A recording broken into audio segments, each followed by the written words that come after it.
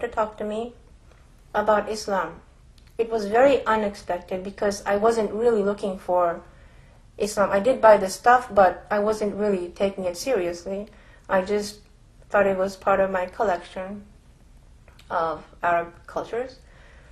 And what she told me was like shocking to me, but it was a very natural story she was telling me. Practically she was inviting me to Islam. And the first thing she told me was that there are many things in life that people like to recommend to each other. For example, a man, there's a good man for you, he might be good for you. Or there's a good restaurant, maybe you might like this place. Or like a movie, there's a movie out there, I liked it, try to go see it. But there's nothing in life where we can say 100% you will like it, it's good for you. But this lady told me strongly that Islam is 100% good for you. You must take it. So she started to tell me about it. And the first thing that clicked me was the word Islam. It means surrender, submission. Islam means submission of your will to God's will. And somehow that made sense to me, even though I didn't know God, but it made sense to me. No, before that, she told me about God. She told me that there is a creator who created you. And somehow she made me think that I'm crazy not to believe that there is a creator. She told me, look around, all that you see, the perfection of the world, and even in your own self, your body. Look at your hand, how you move your hand. Look at how you breathe. This is not by coincidence, by accident. There could either be a creator or that everything was an accident. And to think that everything was an accident, you must be crazy. So I thought, yeah, okay, makes sense. So there is this being that we must submit ourselves to. And to me, it did make sense right away. And I accepted it.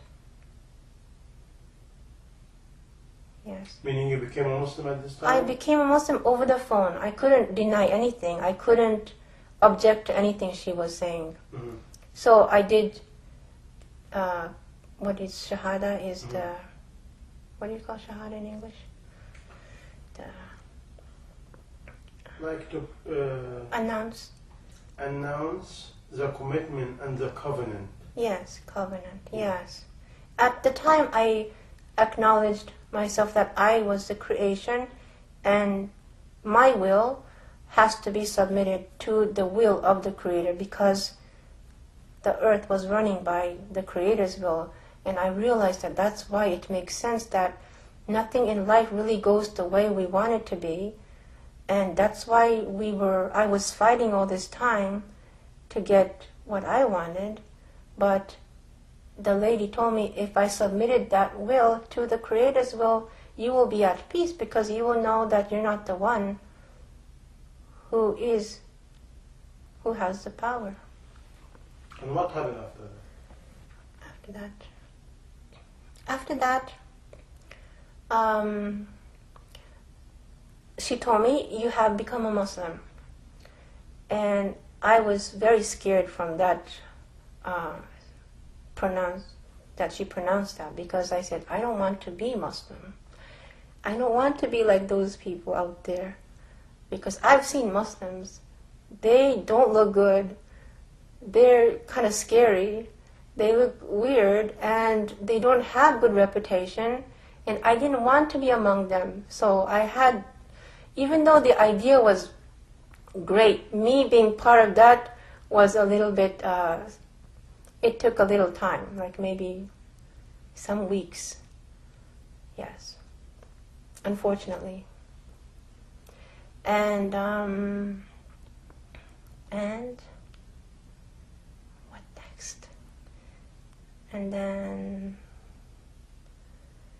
okay, so my journey of Islam began, and I had to make many adjustments in life because I lived a life of trying to go my way, according to my will, which never really worked. And now I acknowledge that there is the Creator, and He created me for a reason, which is to serve Him. And I am living my life for His sake. But that took a lot of time because it does take adjustment. It's like being another creation. So that's my journey began. But you said you announced it in the phone, Yes. but you did not really acknowledge it. How you came to the final conclusion you are a Muslim and you start your journey. Okay. So I started studying about Islam little by little, and I was learning Arabic at the time, and one of my classmates was Japanese. Her name is Aisha, my good friend, good sister, and she took me to one sheikh who is a scholar. Yeah, his name is Sheikh Ahmed Moed, who is the owner of this website. And I visited him with this sister,